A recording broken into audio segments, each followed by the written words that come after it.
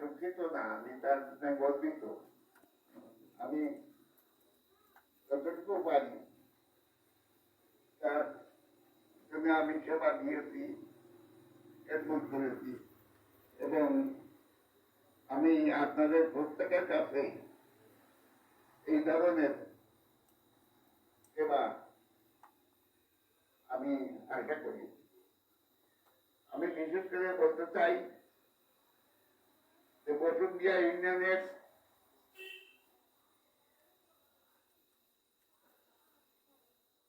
বাস্তব কথা, বসুন্ধিয়া ইউনিয়নের আব্দুল রশিদ এর কথা, মেহবুবের কথা, এদের কথা আমার সবসময় মনে পড়ে। এ কারণে আমি আমার জীবন থাকতেও আমি কখনো এদেরকে বলবো না আমি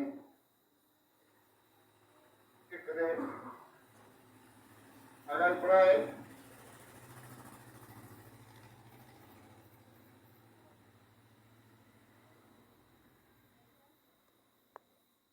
আগেরপাড়ায় যে ওর নাম কি তো মরুম শামসু মাস্টার,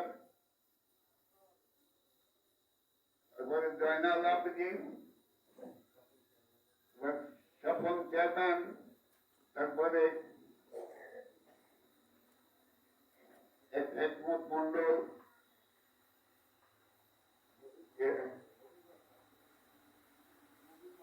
অফিস মাস্টার, এরা সব নামগুলো আমার মনে আছে। সব নামগুলো আমি যখন একা থাকি তখন বসে বসে এদের কথা ভাবি, এবং আমার তার কান্না আছে। আমি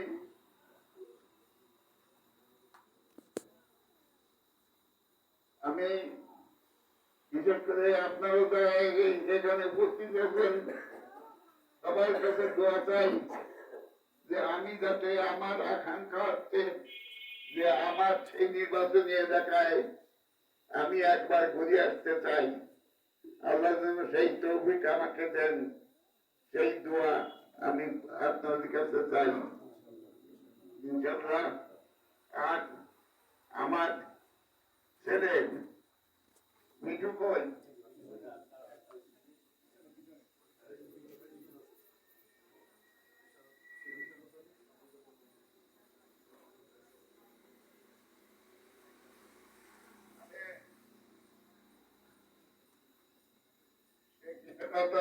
আব্দুল জব্বার মোল্লা, আমাদের আব্দুল মজিদ সর্দার সহ আব্দুল কাদের আইনবাদী, মোল্লা নজরুল, সবার কাছে আমার অনুরোধ, এবং আমি আমার ছেলেকে আপনাদের কাছে তুলে দিচ্ছি, আপনারা তাকে কবুল করে নেন। আলহামদুলিল্লাহ। ওমা তৌফিক ইল্লা বিল্লাহ।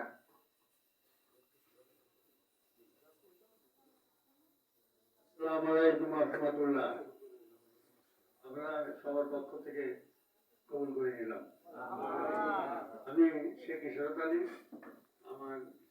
আমি নওপাড়া মানে অভয়নগর সভাপতি ছিলাম। আমি যেহেতু শেষে বলতে চাচ্ছিলাম, এখন কিছু বলেছি নাকি, তো আমি যেহেতু ভাই আমার শ্রদ্ধ ব্যক্তিত্ব, আমার রাজনৈতিক গুরু বললে চলে, আমি তার সঙ্গে সারা জীবন ছিলাম। তো যেহেতু এই নির্বাচনী একটা কথাবার্তা যখনই শুরু হয়েছে, তখনই আমি সঙ্গে আমার কথা হয়, আমি অফিসে আসার পরে তার সুযোগ মিলে বললাম যে দেখো এই নির্বাচনী একটা কঠিন ব্যাপার, আর যেহেতু ভাই এখন বেশি আছে, ওনার দোয়া নিয়ে আমরা যারা আছি সবাইকে একটা ডাক দিয়ে বসাবসি আমরা করি। তারপরে আমরা মোটামুটি অভয়নগর, বাগারপাড়া, বসুন্ধরা ইউনিয়ন যদি 4-5টা মোটরসাইকেল নিয়ে ডোর টু ডোর যদি আমরা ঢুকতে পারি তাহলে একটা পরিচিতি হবে। আর এই সিটটা খুব ক্রিটিক্যাল অবস্থা বর্তমানে আছে। এটা কিন্তু সহজে কোনো সিদ্ধান্ত হচ্ছে না। ভাই যেটা বললেন, আঙ্গালি পাথর নাম করা লোক এবং নাম করা লোকের ছেলে এবং বাবাকে নাম করা ডাইরেক্টর। আসলে আমার সরাসরি কথা না হলে আমাদের ভিতর থেকে অনেক কথা হয়।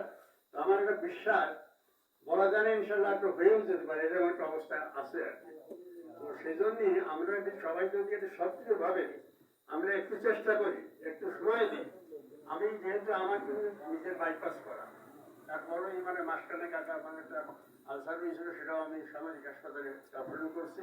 মানে নিজেরও শারীরিক দুর্বল, যেহেতু আমি ছেলে মোটামুটি ভাবে আমি সঙ্গে আলোচনা করেছি, অনেকের সঙ্গে যারা আছে মোবাইলে কথা বলেছি।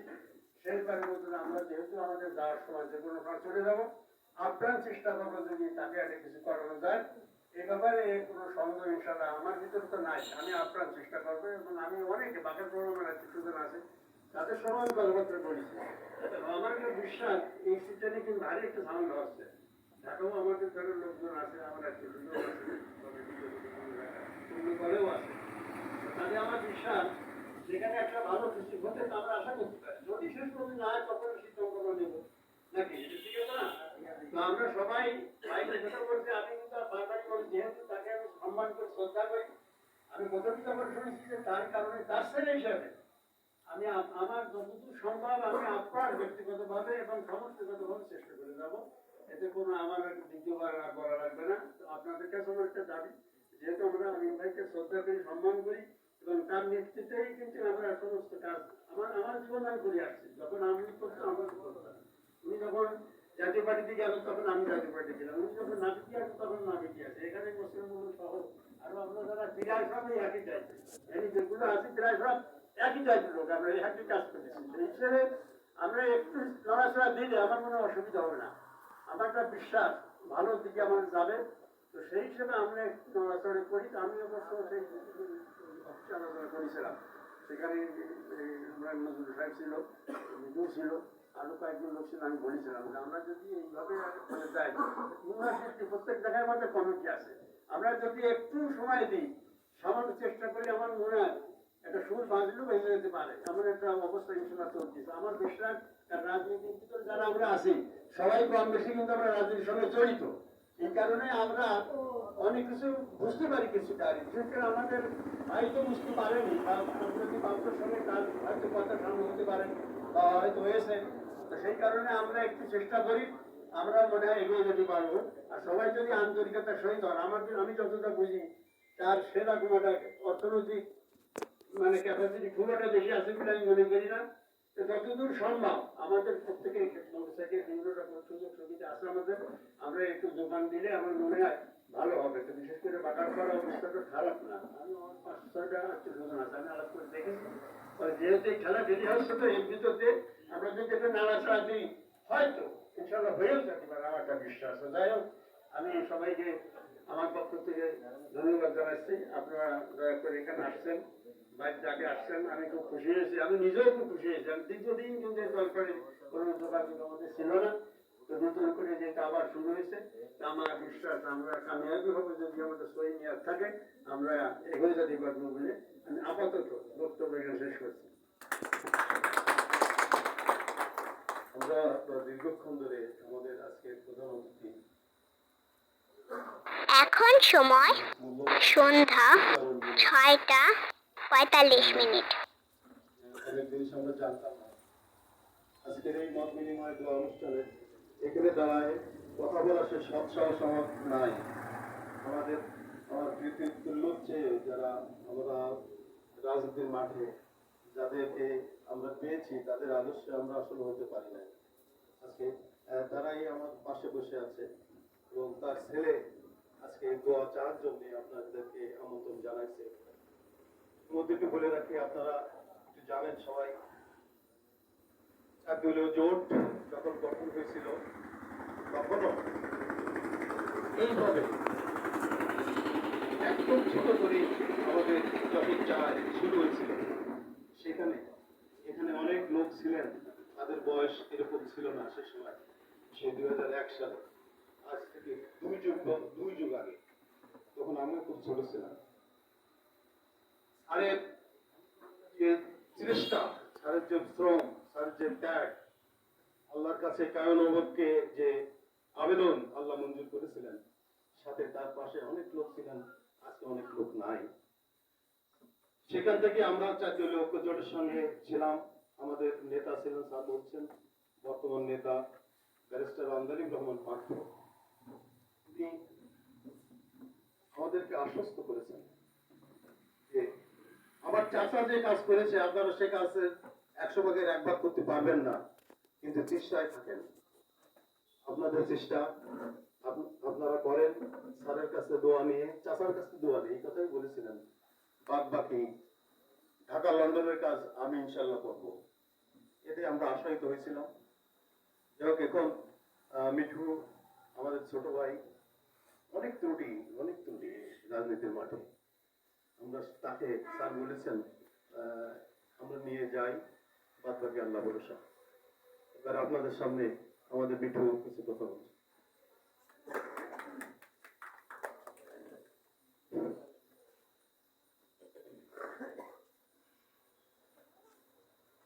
إن الحمد لله. السلام عليكم ورحمة الله وبركاته. بسم الله الرحمن الرحيم. আজ আমার আব্বা এমএম আমিরুদ্দিনের ডাকে তার দীর্ঘ রাজনৈতিক জীবন, আসলে আব্বার সঙ্গে যারা ছিলেন শুধু রাজনীতিতে, তাদের সাথে আমাদের সম্পর্কটা সীমাবদ্ধ ছিল না। আমরা ছোটবেলা থেকে যতটুকু দেখেছি, যতটুকু মনে আছে, আমাদের পারিবারিক সম্পর্কের বন্ধনে আমরা আবদ্ধ ছিলাম। যাই হোক, এখানে আপনাদের জন্য আমরা আসলে বসার ব্যবস্থাটা ভালোভাবে করতে পারিনি। অনেকদিন ধরে অনেকেই বলে, যার সঙ্গে দেখা হয় সবাই আপার কথা জিজ্ঞাসা করে, কেউ বলে স্যার কেমন আছে, চাচা কেমন আছে, ভাই কেমন আছে। আমি বলি, বলছে যে আমি ভাইকে দেখতে যাবো বা ওনাকে দেখতে যাবো। ঠিক আছে, আসেন। সবাই এরকম বলে। আমার মনে হয় আজকের এই অনুষ্ঠানটা এই সুযোগটা অন্তত করে দিয়েছে। আব্বার সঙ্গে আপনাদের দেখা হলো, আব্বা আপনাদের দেখলেন, আপনারাও আব্বার সঙ্গে কথা বলতে পারলেন।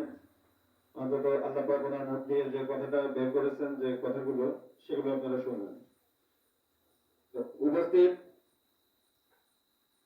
সবার উদ্দেশ্যে আমি কথা বলবো।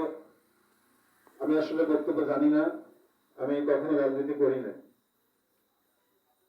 নির্বাচনের সময় 2001 সালে মনে পড়ে যে বাঘারপাড়া রায়পুর ইউনিয়ন মাঠে বিশাল একটা জনসভা, মাঠটা কানায় কানা পূর্ণ ছিল। আমি ওই দিন কথা বলেছিলাম মাগরিব বাদ,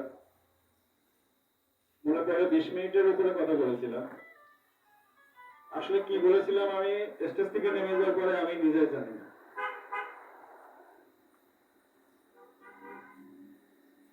পরে ভেবে দেখলাম কথা আসলে আল্লাহ আমার মুক্তি বের করেছে, আমি কিছুই জানতাম না। আজও আমি কোনো বক্তব্য দেবো না, যেহেতু এখানে অনেক কঠিন রাজনীতিবিদ, জীবনের অনেক চড়াই উত্তরায় পার করে আপনারা আজ পর্যন্ত এসেছেন। তো আমি পিছনে কিছু কথা বলতে চাই যে 5 তারিখের পর, 5ই আগস্ট শেখ হাসিনা বিদায়ের পর, আমি 1.5 মাস পরে সর্বপ্রথম আমাদের দলের বর্তমান যিনি চেয়ারম্যান ব্যারিস্টার আন্দালিব রহমান পার্থ, ওনার সঙ্গে দেখা করি।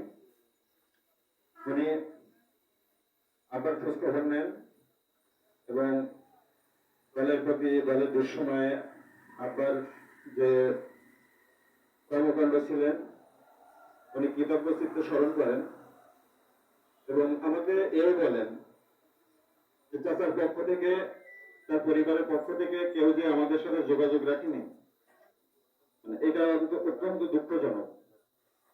যাই হোক, ওনার সঙ্গে দেখা করে আসলাম এবং ওনার কাছে একটা দাবি জানিয়ে আসলাম যে অভয়নগর, বাগারপাড়া এবং বসুন্দিয়ার এই বিস্তীর্ণ জনপদের আমাদের যে নেতাকর্মী সাথী সঙ্গী যারা আছেন আপনার সঙ্গে দেখা করতে চান, কথা বলতে চান তারা।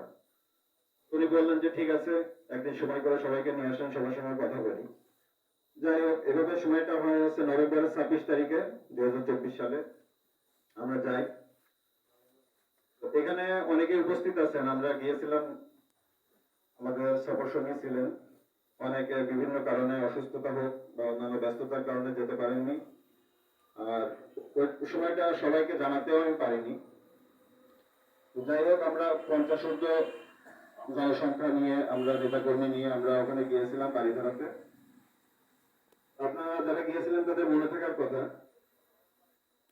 যে মাননীয় আমাদের যে চেয়ারম্যান সাহেব আন্দালিব রহমান পার্থ ভাই, উনি বলেছিলেন, দিক নির্দেশনামূলক বক্তব্য রেখেছিলেন অন্তত 15 থেকে 20 মিনিট, আমাদের কি কি করণীয় সবকিছু উনি বলেছিলেন। আমার ওখানে বক্তব্যে আমি একটা কথা বলেছিলাম যে আপনার সামনে উপবিষ্ট যে লোকগুলো আছে, লোভ লালসার দাসত্ব এনারা কখনো করেননি। এইটাই আসলে আমাদের শক্তি, আমাদের অন্য কিছু দরকার নেই। আমরা যে পরস্পর একটা মায়া, মমতা এবং ভালোবাসার বন্ধনে আমাদের এত ত্যাগ, আল্লাহ এইটাই আমাদেরকে শক্তি হিসেবে কবুল করে নিয়েছেন। এবং এই বাংলাদেশ জাতীয় পার্টি থেকে এম এম আমিনউদ্দিনকে যশোর 4 আসনে নির্বাচিত করেছিলেন। আমি মনে করি আর কোনো কিছু না, টাকা কোনো ফ্যাক্টর না, সম্পদ কোনো ফ্যাক্টর না। আপনারা আজ এসেছেন, আমাদের ঘর বাড়ির অবস্থা দেখলে অবশ্যই বুঝতে পারছেন, এমনিও জানেন আমাদের অবস্থা। এই কামনা বাসনাটা আমার আব্বার জীবনে আমি কখনো দেখিনি। উনি তো এমপি হওয়ার আগেও তো 4-4 বার উনি ইউনিয়ন পরিষদের নির্বাচিত চেয়ারম্যান ছিলেন, তৎকালীন 2 নম্বর নয়পাড়া ইউনিয়ন পরিষদের। তো আমি যেটা মনে করি, স্বাধীনতা উত্তর বাংলাদেশে ওই সময় আমিনউদ্দিনের যে দাপট ছিল, উনি যশোর 4-এর এমপি হয়ে সেই দাপটটা ওনার ছিল না। এটা আমার ভুল কিনা জানি না, তবে এটা আমার বিশ্লেষণ। তখনও কিন্তু আমরা আমিনউদ্দিন আমাদের পরিবারের জন্য আসলে কোনো কিছু করেননি আব্বা। যাই হোক, এই কথাগুলি আপনারা সবাই জানেন। তো আমাদের দলের যে মাননীয় চেয়ারম্যান, ওনার মেসেজটা আমাদের কাছে পরিষ্কার। ওনারা বলেছেন যে যশোর 4 আমাদের আসন, এটা অন্য কোনো দলের না। এখানে কোনো দলের সম্ভব না যে ব্যারিস্টার আন্দালিব রহমান পার্থের সঙ্গে কথা না বলে কাউকে নমিনেশন দেবে। এতটুকু কথা আপনাদেরকে আমি বলছি। সেই নিরিখে যদি আমরা কাজ করে যেতে পারি, ইনশাল্লাহ আল্লাহ আমাদেরকে কবুল করবেন এবং মঞ্জিলে মকসুদে পৌঁছে দেবেন। এই কথা সংক্ষিপ্ত কথা বলে আমি আমার কথা শেষ করছি। আল্লাহ হাফেজ।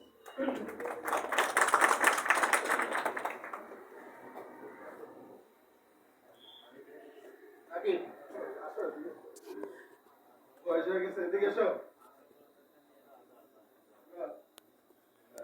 একটু আলোচনার দিকে যাই। আসলে বক্তব্য, রাজনৈতিক বক্তব্য হচ্ছে না।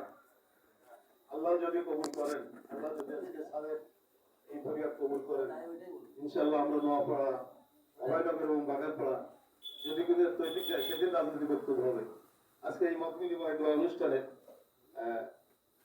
এখন আপনাদের সামনে কিছু পরামর্শমূলক কথা বলবেন আমাদের 1 নম্বর প্রেমবাগ ইউনিয়নের বাংলাদেশ জাতীয় পার্টির সম্মানিত সভাপতি, অভয়নগর উপজেলা বাংলাদেশ জাতীয় পার্টি বিজেপির যুগ্ম আহ্বায়ক, আমাদের বড় ভাই শ্রদ্ধেয় নেতা মোল্লা নজরুল ইসলাম আপনাদের সামনে দুটো কথা বলছেন।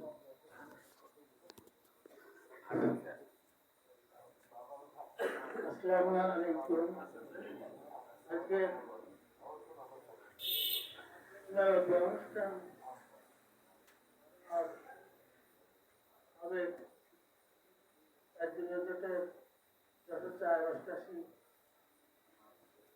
আমিনউদ্দিন সাহেবের আলোচনা এবং অনুষ্ঠানের আজকে সভাপতি উপস্থিত সুধীবৃন্দ বলার যে উদ্দেশ্যে আমরা তার ছেলে তার আমাদের সামনে উপহার দিলেন, এটা আমি শুরু থেকে আছি ও আমিও 5 তারিখের পরে ঢাকা গেছিলাম। প্রায় 2 ঘন্টা ছিলাম, কিন্তু উনি 8 ঘন্টা বক্তব্য রাখছিলেন। তার বক্তব্যটা প্রত্যেকটি কথা প্রত্যেকটি কথা আপনি চাচ্ছেন, এবং আমার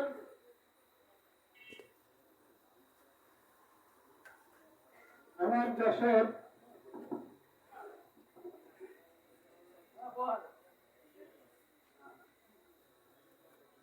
অষ্টাশি যশোর 4 এই আসন সম্বন্ধে আমাকে অবগত করতে হবে না, এটা আপনাদের সিট। আপনারা শুধুমাত্র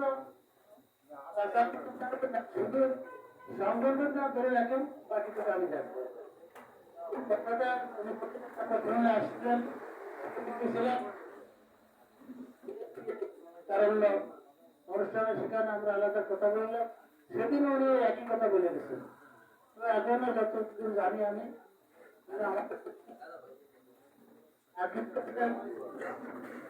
আমরা মনে করি আমরা যা ছিলাম ওইগুলোর জন্য চেষ্টা করি, ইনশাল্লাহ আমরা আমি আমার তরফ থেকে পারি মানে বা বাইরে রাখি ও রাখি